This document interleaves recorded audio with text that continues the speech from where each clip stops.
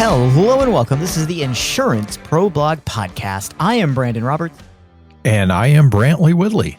And you are listening to the internet's favorite podcast about life insurance. The most riveting subject. Hey, we've been around for a long time. We've gone through various iterations. We even kind of think at times, what do we have a good tagline? Do we need a better tagline? We've gone through many possibilities, like Yeah. boring but accurate. Hey, we're honest, if nothing else. Speaking of boring but accurate, we under promise and we deliver every time. That's our new tagline. good runner-up. Yeah. And in that vein, let's talk about wealth management, Okay. because that's a Brandon, I got a brilliant- question. Sure. Yes. What is it? Wealth management is whatever you feel like wealth management is. Yeah. That's one of those back in the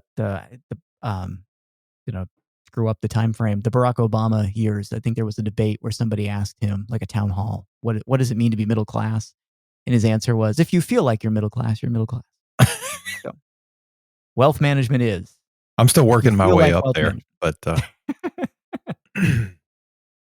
but I definitely don't feel like it. That's for sure. Yeah, it's kind of one of those phrases, wealth management, that is. Go back to Or middle class. what we were This is talking about. confusing. yeah, exactly. Wealth management is a made up term. Yeah, with lots and lots of different parameters on what is and is not, what falls in, what falls out. Yeah. Well, what I was going to say, my smart aleck answer to your question, to the question was, it depends on who you ask. Mhm. Because I don't think there's a uniformly accepted definition. There are many companies that call themselves wealth management. You know, they have XYZ company, wealth management firm, or whatever. Or even titles people give themselves, like wealth manager. I guess if I had to put my arms around it, I would say it's a fancy way to say, hey, we're going to look at everything that you have and figure out how it all fits together, and then give you advice on how to structure it.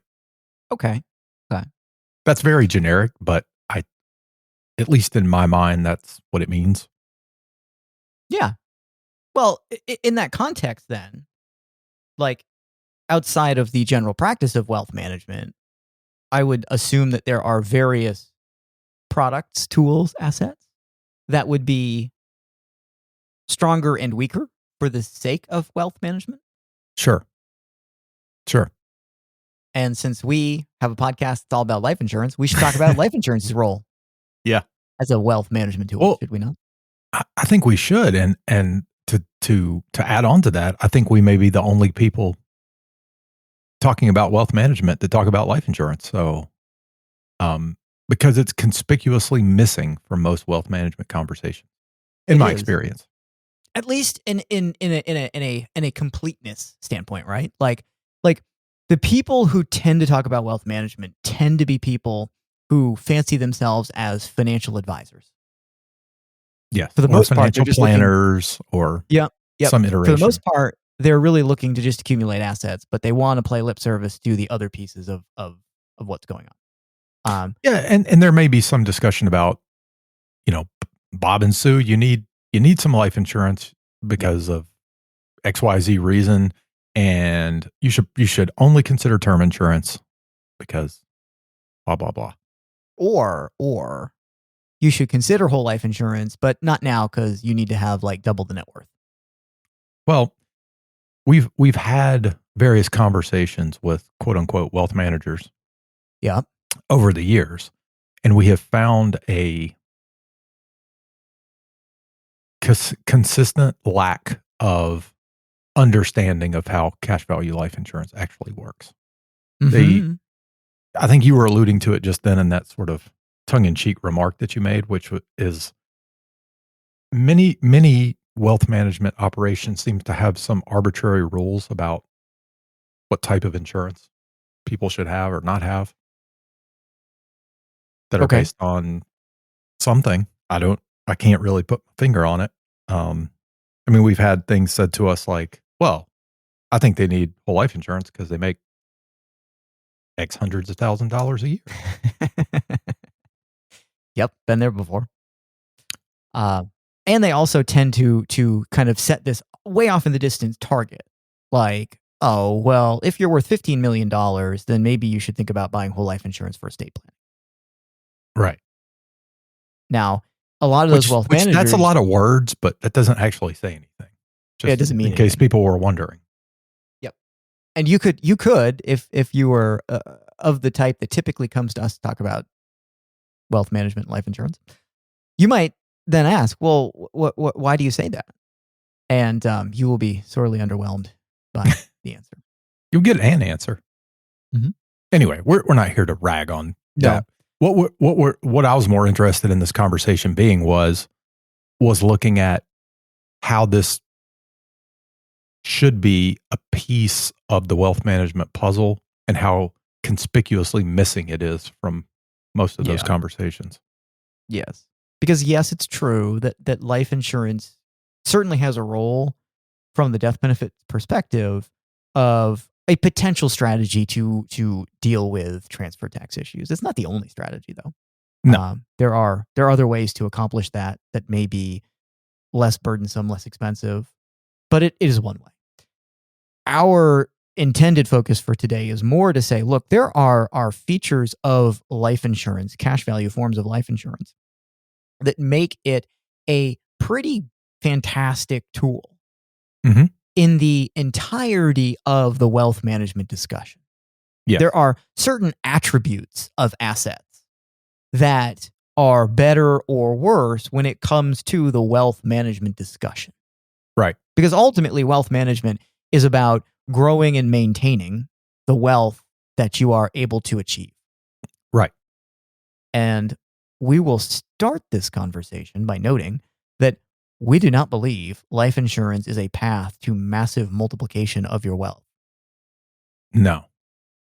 It may be Like, massive multiplication of your wealth to your beneficiaries when you're dead, but Mhm. it's not a massive multiplication of your wealth to yourself. No. No, it's not. No, that is a kind of sleazy pitch certain agents make to mostly not wealthy people about what they can do fancifully with life insurance that rarely ever pans out. Right. And it's Hyperbolic not just claims. IBC. That's not the one thing that I'm trying to beat up on. There's all kinds of craziness out there Yeah. in terms of what is being purported on places like TikTok, and it doesn't work. I've Right. been around a long time. I'm very, very intimately familiar with the accumulation prospects for all the forms of life insurance, and that stuff does not work. Right. But there are things about life insurance that make it a fantastic store of wealth. Mhm. And there is going to be some growth that comes along with that. Yep. There just is. And that's cool. That's great. The other thing that often gets overlooked and underdiscussed by a lot of the other people who want to profess to be in the wealth management business is the income capabilities of certain types of cash value life insurance. Mhm. Because it is strong when compared against other assets. Yep. So And there's I should add, we're Mhm. not suggesting, we say this all the time, but I feel like it bears repeating every time we talk about it. We're Mhm. not saying that life insurance is a replacement to everything in the wealth management toolbox. We're just saying it should be a tool in the toolbox. Absolutely. Absolutely. And look, we are not opponents to index investing. Or Flat out. real estate or Nope. Nope. whatever. Nope. Um, we think all of those things can play a role Mhm. in your wealth accumulation uh, uh, efforts, Yeah. and they should play a role in your wealth building efforts. Yes. They just should. We want to point out some of the very virtuous things that life insurance brings to the table as a complement. Right. because it works. And this isn't theory for us. We've been around for multiple decades. Mhm. We've talked about the fact that we ourselves manage policies that have tens of millions of dollars of cash value that people have placed there and use and rely on. And these people have all the other things, by the way.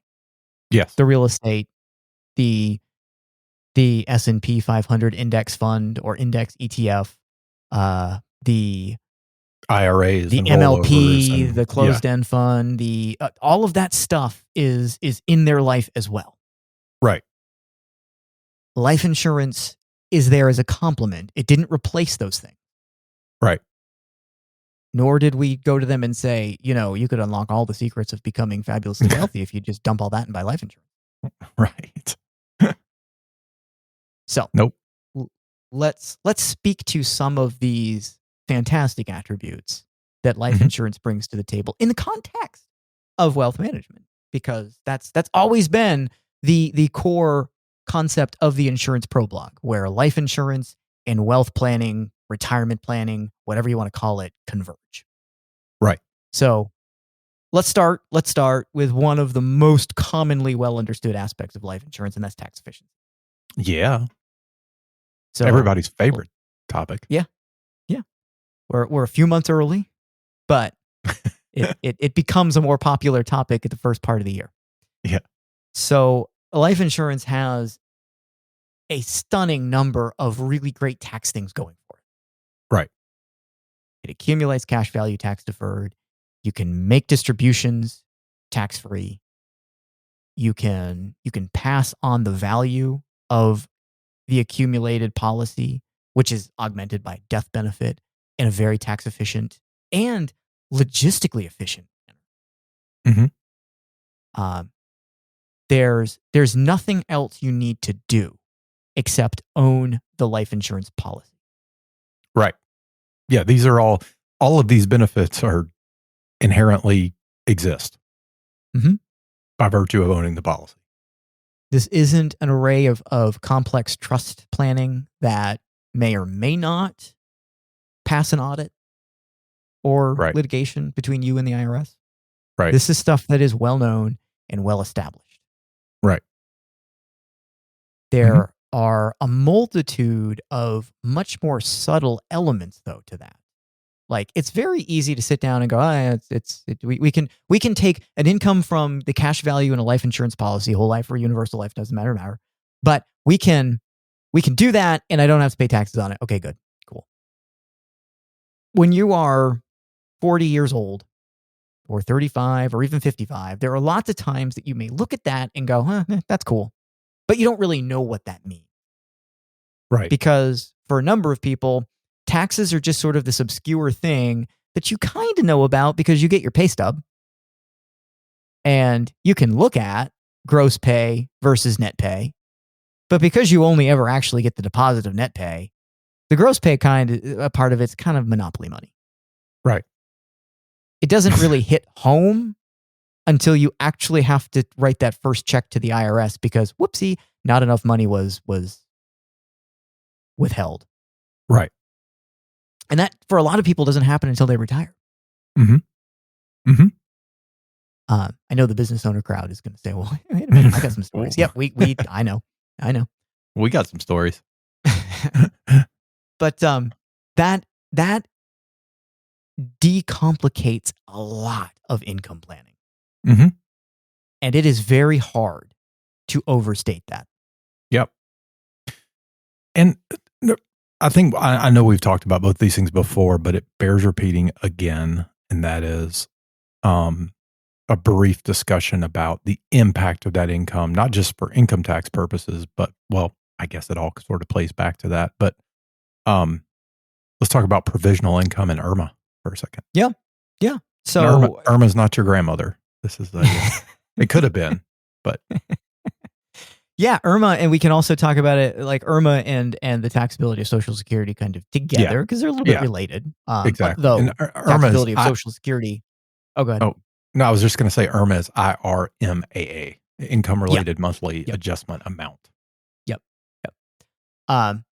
So we often talk about them somewhat together, although taxability of Social Security, that comes much quicker because the thresholds are much slower than would be the case for IRMAA most of the time. But quick flyover of all that stuff. Your Social Security is non-taxable up to a certain amount of income distributed or recognized once you are receiving Social Security under a non-reduced benefit. Right. So technically, yes, there would be some context here for a reduced benefit, but let's just talk about it in the scenario of you started collecting Social Security at an age where you're not taking a reduced benefit. So you have a certain amount of earnings you can have without any taxable implication to Social Security. And then you run into this small-ish segment of, well, some of it's taxable, but not all of it. And then you get to, well, now we've hit the maximum taxability of it. And it's not a lot of money that you can have before you reach the maximum taxability of Social Security, which is not 100% of it, but it's a pretty high percentage. Right. So not a lot of money can be earned before that starts to happen. Life insurance does not influence any of that calculation. Right. Whereas so if you take every dollar from, let's say you had a rollover, you when you retired, you took the money from your 401k, you rolled it over to an IRA. Every dollar you take out of there is going to count towards that calculation. And other things are going to count towards that. So if you hold a everything brokerage account else. where you're collecting distributions on things, all of that counts. Yep. So that can create taxable Social Security. And look, there's a certain amount of frustration that understandable that people might have. Like, you mean to tell me that I spent a lot of time building a really good income producing portfolio so that I could be financially secure and do things the way that I'm told is responsible. And yet I get to retirement and find out that now I'm paying a lot more taxes on my Social Security because I have all this income that comes from my brokerage account. And it just happens. And the good news is I have money to pay my bills, but the bad news is now I have to pay more taxes. Right. Frustrates people, understandably. Life insurance doesn't... It's kind of like selling a car, and then that guy sells the car and the next guy sells the car to someone else. Yeah. Sales tax gets paid every time it changes. Yeah, right. Yep. Life insurance doesn't add to any of that. So you can take $250,000 out of your life insurance policy. Yep. Doesn't bother your Social Security taxability at all. IRMAA is also a piece of this. So IRMAA threshold is a little higher. Actually, they're considerably higher. But you can run into a significantly increased cost for Medicare's Part B and D as you have more reportable income. Yeah. And it depends on whether you're married or single. Yeah. There's a lot more people are starting to understand IRMAA because of Roth conversions.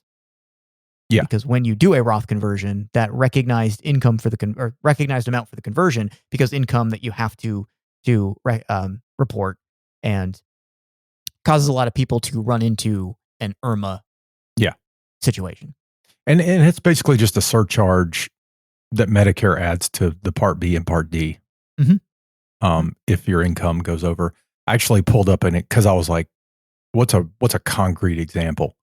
And the example I pulled up was this is a single filer. So this isn't for a married couple, but a single retiree pulling $150,000 from their IRA would end up paying $4,200 a year in IRMAA surcharge.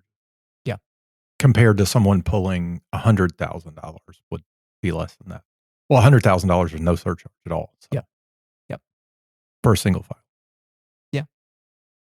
So it's substantial. And just to kind of complete the discussion here, that's just the Part B section for IRMAA. So Part A, you're not paying anything for. Part B, $200-ish. 100. I think it's like 185 for a single filer. Yep. I don't know about so plus $4,200 would be a little under $400 a month additionally. And that's before you go and buy any sort of additional coverage, whether that be an Advantage plan or a Medigap policy. Right. So all that sits on top of what we just talked about. Right. But coming back to the original point, no amount of income that you have from a life insurance policy is included in that calculation. So precisely. So you could save yourself $4,200 a year if it were a life insurance distribution. Right. And look, there are people of lesser incomes thinking, well, when am I ever going to have that problem outside of a Roth conversion? But we know a decent number of retired people who have considerable six-figure income.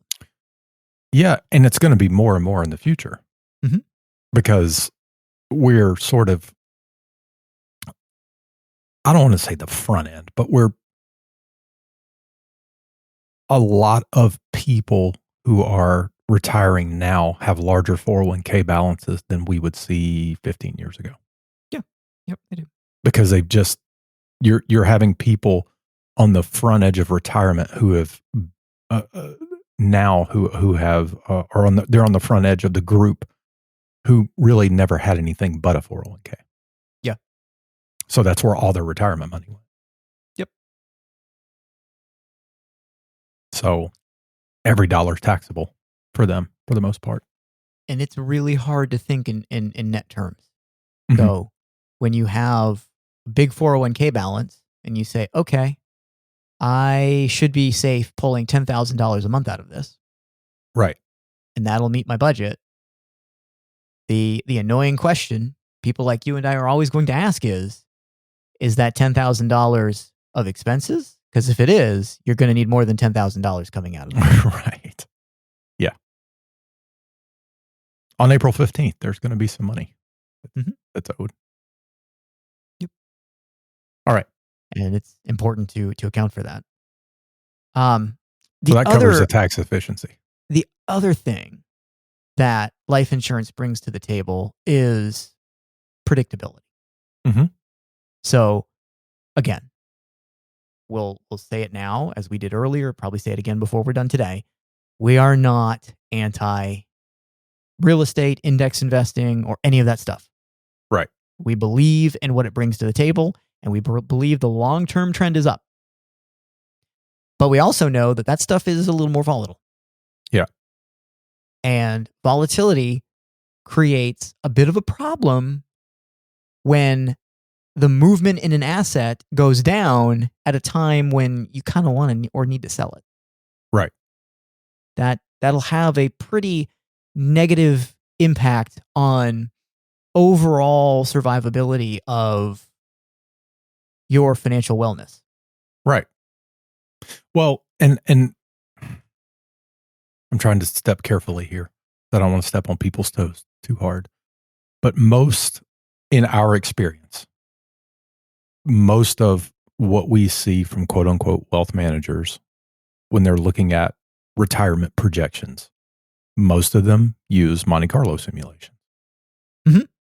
And you'll see phrases like 85% probability of success. Yep. And that sounds good because that's close to 100. But that's kind of, this is going to be controversial. I'm going to get all the hate mail. That's kind of another way of saying we don't really know what's going to happen. And there's a chance of failure. Yep. And look, that exists in pretty much everything, but with life insurance specifically, it doesn't deal in probabilities. Not so much. I mean, they're still around, but the probability of failure. So Monte Carlo simulations are telling you that, look, we ran your investment strategy through a multitude of simulated scenarios. Yeah, usually using data from the past. Yep. Using predictable models that predict performance of the asset portfolio mix that you have, given real historical data and the distributions that you're planning to take. And 85% of the time, by the time we get to the point that we think you would die, you still have money. Right. Which would indicate that you were able to generate that income the entire time. Yep. 15% of the time, it didn't work out. You ran out of money before we got to life expectancy. Yeah. Or the day we thought you were going to die. Which then infers that, well, okay, so there's a chance that I will run out of money. Mm-hmm. Yep, that's a very real scenario. We can run that same simulation with life insurance. We can. It's a very boring simulation because there's not that much variation in terms of expected outcomes. So the probability of success is like 99%. Right. And that gives us much greater confidence in our ability to look at a policy and say, look, as long as you don't withdraw any more than this amount, you're going to be fine. Right. It doesn't matter what happens to the dividend or the cap rates or whatever the that's what product. I was going to say, that there's a fundamental difference there, and it's not hoping that a market cooperates. Right. Correct. And so that lack of volatility gives us a much higher degree of precision and therefore predictability. Yep. And it also shields us from a lot of things that we don't like a moment of volatility. And one, the emotional toll of, oh no, like I embarked on this thing knowing that the chance of a doomsday scenario was only 15%, but now I'm starting to think I might be in the camp of the 15%. 15%. Yeah, exactly. That doesn't happen with life insurance policy. Right. We get sometimes dividend announcements we don't like. We get sometimes index performance that we were kind of underwhelmed by because the market was down for the year. Mm-hmm. But it doesn't dramatically rewrite the path we're on. Right. And that gives us significantly better precision when it comes to income planning. And it gives us more breathing room to say, well, okay, we like our indexed investment performance. We made a lot of money doing that. But unfortunately, due to forces way beyond our control, because they exist in the crypto market, our index account just went down $250,000. Right. Which isn't fun. Right. But the thankful thing is we've got all this money in life insurance cash value. So we're just going to lean on that for a while and let this crypto thing sort itself out and get our index account back on track. Right. That's the complement. Mm-hmm. And they work really well together. Yeah. They really do. The other thing that life insurance is fantastic about is the lack of any kind of concern about asset allocation and risk profile. Yeah. The risk-adjusted rate of return of life insurance is phenomenal. It just is. Mm-hmm. Now, look, there's lots of people who want to obfuscate the discussion and do things like, well, if you'd invested in the S&P 500 from 1985 to now, you'd have all this money, and the rate of return is this, and it's far, far better than whole life insurance, so you should not buy whole life insurance. Right. This is true in terms of the rate of return being higher, but there's a whole lot of volatility between then and now. Right. And net, yes, it is a result that gets us a higher pot of money. Yep. That doesn't necessarily mean we're better off, but we could infer that in general, higher rate of return is better. That's fine. But there are moments when it can be not opportune for us to live through market volatility. Right. Again, if your position in SPY just took a big dive because of the crypto market and you need to sell some assets to have money for taxes or enroll in a Medigap plan because your Advantage plan is going to go away, surprise, surprise, at the end of the year, whatever it is. Right. The market corrections come when they come, and they don't always come at times when it's convenient. Right. And it really is it's a paradigm shift for everyone, I think, because, when you were in your 20s, 30s, 40s, and you're still decades away from even thinking about retirement, right? Mm-hmm. Market volatility is not a bad thing. No. Because you're adding money and you don't need that money to pay your bills. So, right. you just go, oh, okay, well, it's down. So Buying at cheaper prices. I'm buying more shares at cheaper prices. So Yep. great. And that's why in scenarios like that, you often see people's accounts recover much quicker than if it was just a lump sum because of that, right? This is the argument for dollar cost averaging, I suppose, and why it works. But when you retire, it's an entirely different paradigm. The total opposite takes shape. Yeah, and the problem is you can't, contrary to many things that I read, you can't just make the shift like, oh, well, one day I did it this way and now I'm going to do it this way.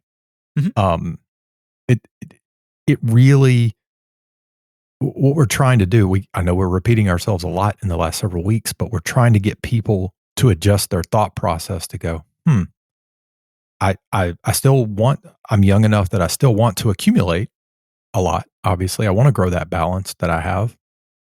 And that's important to me. And we get that. We understand that. But also, it really serves you well if you start to plan for some future income needs long before you get there. That's where the flexibility comes from. Yep. Yeah. Because again, going back to last week's episode, if we're going to use life insurance as a component of your overall strategy, you're better served to do it decades before you need it. Yeah, you are.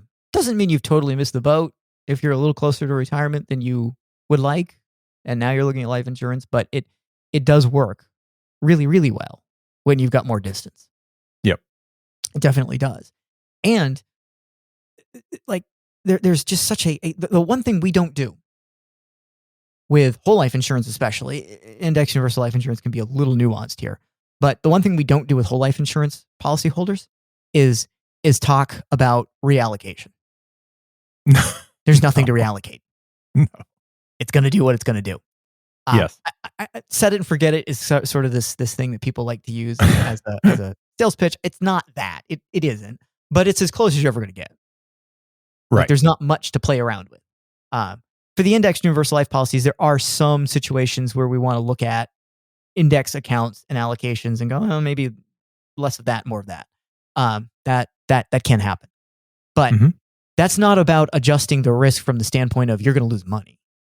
No. That's more, hey, there might be an opportunity to take advantage of this quirk of the market and make a little more return. Right. Moving forward, or this year, or whatever it is. And there isn't the problem of loss, and there isn't the worry of, well, should I reallocate now or should I reallocate a year from now? Because, oh boy, the number of conversations that I know I've had with people who are starting to think, you know what, I should de-risk and I should buy an annuity. Like, this has been a very popular conversation this year and last year. Yeah. And a lot of those conversations, I get asked this question. Well, where do you think the market's going to go over the next month or two? Because I've lost some money and, gee, it would be nice to make some of that back before I sell that and buy an annuity. Right. I don't have an answer for you. Where it could go up, it could go down. That's what we know. Yeah.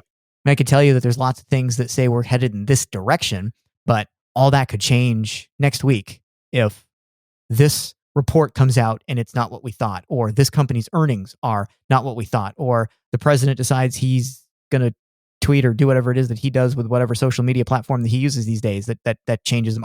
These things are all possibilities that have major influences on the market that have nothing to do with fundamentals. Yeah. So, that is a dilemma a lot of people find themselves in when it comes to reallocation. We don't have to do any of that with life insurance. Yep. It's just going to continue to do what it's doing. It's going to continue to do it really, really well. Yep. Don't get hung up in the sunk cost fallacy. It catches a lot of people in a lot of different ways. It does. Any last thoughts? No, I think it's I think we covered it. Okay. I guess I'll just add one more time.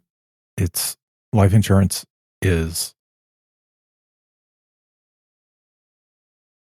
just something that shouldn't be excluded from the wealth management conversation. No, it shouldn't. It shouldn't. It's not a life insurance in and of itself, contrary to what many people on the internet say, is not a comprehensive, all you should do sort of thing. It's just a piece of the puzzle that should be seriously considered as a core component. Yeah. Yeah. And it's not the 100% solution, as you alluded to. It also isn't the thing that you should do more of than anything else. No.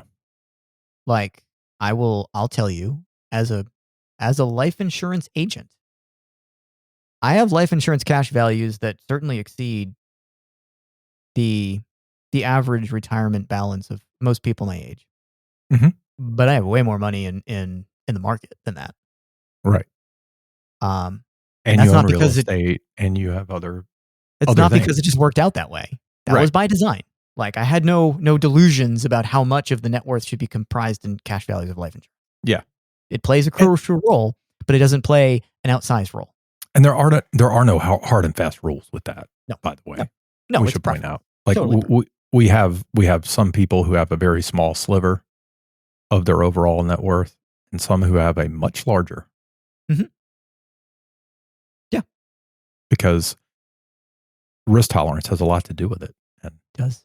what they believe they can achieve with the money. So that's a personal preference. Yep, and just what they want to strive for in terms of more. Yeah. Some people say, look, this amount is enough, and the fact that it's going to grow at 4 to 5% per year, that's cool. Good with that. Yep. They know they could do better, perhaps, but they don't need to. Yep. Okay. All right. I am Brandon Roberts. And I am Brantley Whitley. Thanks for joining us, and we will see you next week.